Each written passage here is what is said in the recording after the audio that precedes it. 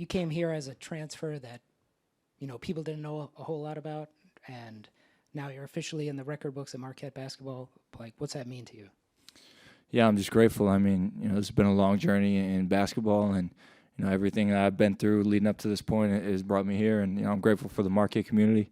I'm grateful for my coaches for giving me this opportunity, and I'm looking to keep it going.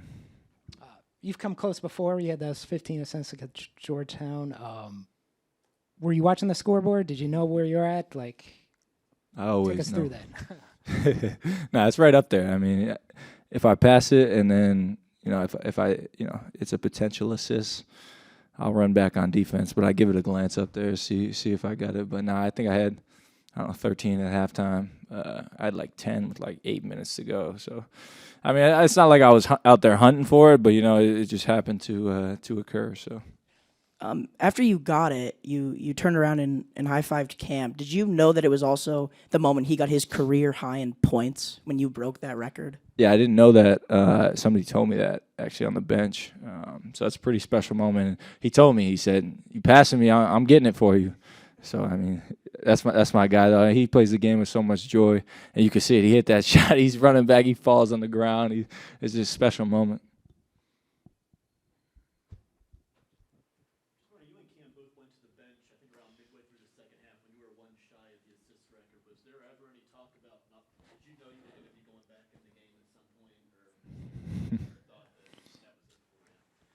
All hell would have broke loose if I didn't.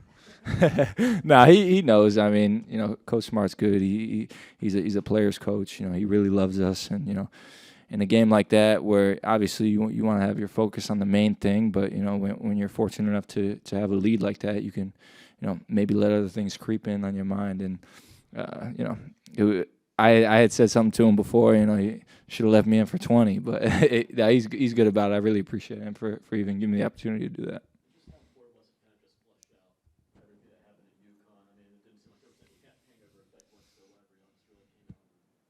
Yeah, it is what it is. I mean, obviously that game didn't go the way that we wanted it to, but it's on to the next. It's trying to build our habits and get back right and get back to where we really need to be going into March. For the past month, you've been on the road in last 6 of 8, and now you got this homestand stretch, and you close out the season majority at home. Just how cool is it to be, or like how nice is it to be back in Fiserv now and sort of closing the end of the season there? Yeah, I mean, somebody brought it up to me, three games left after this one. Even at the end of the game, we walk around to all the fans and just taking all those little moments in and cherishing everything. I was actually at shoot-around today, and after shoot-around was over, I was just sitting there on the side just watching guys mess around, do whatever, just trying to take every single moment and not waste any of it and really be present. Shaka always talks about passing as the ultimate EGB. You see you guys finished with 30 assists tonight. Did you feel like your assist total kind of rubbed off on the other guys in the way they were playing? Yeah, I mean, they got to make shots for me to pass it to them. I got to hit them in the shooting pocket for them to be successful. I mean, I don't know. I think Oso was passing the ball really well today. That's just the nature of our team is to really share the ball and get each other involved. We don't really have a lot of isolation players. We don't really play too much one-on-one. We cut, we pass, we move. We hit the open guy. So I think it's just to show our team as a whole, as a collective, is always unselfish. Tyler, back here. I know you said you weren't hunting for it today, but I guess just first, when were you first aware what the number was for the record? And then I don't know if at any point today you're like, maybe today's the day. Yeah, I've known the number. Like Ben said, I was close last year in a couple games, but I think there was like 12 minutes left. I think I had like 7 or 8. It was the under 12 media, and my teammates are saying it to me. I mean, I see it too, but and then at that point it's like, let's go for it. So. It's a fun game. Grateful for our crowd and our students, the energy that they brought and the way that the fans responded to how our guys were playing and how our guys were sharing the ball. It's just for us a great way to get back to how we want to play. We got 53 deflections, which is a season high for us.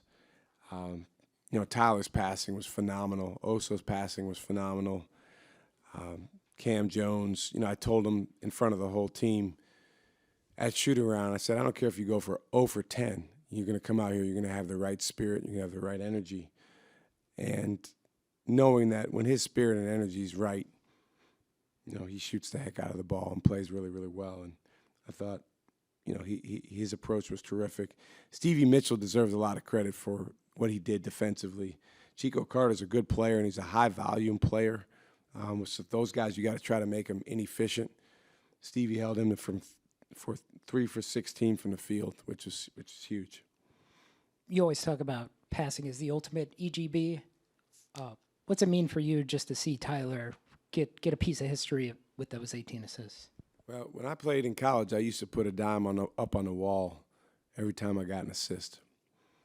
That's how meaningful the assists were to me. I mean, is the number one part of the game in terms of like what I valued and cared about. But you know what? Passing is an EGB, a double EGB when it's an assist, because if I pass you the ball, it gives you energy. You're grateful that I passed you the ball. You got a chance to score. And then if you make the shot, it gives me energy because I passed you the ball, and it validates that I made the right play, and it gives me an assist. And, I mean, you could tell by watching Tyler play tonight and all year long and his whole career since he got here, he is a special player for a lot of ways, but one of the reasons is he gets a kick out of getting his teammates shots, and he really enjoys that part of the game. So Marquette history, up there, Tony Miller, 17, Doc Rivers, 16. Those are big names. Those are guys that have been in the record books for a long, long time. And, he could have had more. He played 26 and a half minutes. And also, certainly if he'd have played a lot longer, maybe would have had a triple-double. But, our goals are larger than just that. And, it was great to get our young guys a lot of time tonight. Tyler had 16 assists and he was on the bench. How much of a debate was it in your head about whether he was going to come back in the game or not? No, it wasn't a debate because I think he had 16 assists with like 15 minutes left in the game. So I was going to put those guys in, at least one more time, just depending on how the game was going. Put that starting group in, and those guys, they did a terrific job. I thought as a whole, our starting 5, those 2 seniors and 3 juniors, their competitive maturity over the last 3 days has been phenomenal, and the way they stayed that way throughout the game, even though the score was lopsided, that said a lot about their character. Shaka, you talked about the ball having energy or giving guys energy when they pass it like that. Tyler had, I think it was like 8 or 10 assists in the first 8 minutes there. Just where did you kind of see in those opening minutes with the energy with guys knocking down shots consistently like that? Yeah, I mean, he does that in practice all the time.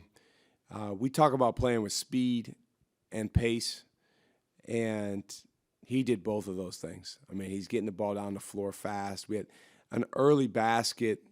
I think it was one of our first few baskets where he got an outlet pass and just threw it up ahead, and I think Stevie laid it in just from running the floor. And so those are real energy-giving plays. They're deflating plays for the other team. And Tyler, that's how he plays in practice. Sometimes we get into games, and I think because of fatigue and even mental fatigue, Tyler gets slowed down, or our whole team gets slowed down a little bit. But tonight, the speed was terrific. What do games like these allow you to do with the bench and seeing the support from the starters, like Cam Jones getting up and celebrating when they make a good play? What does that say to you?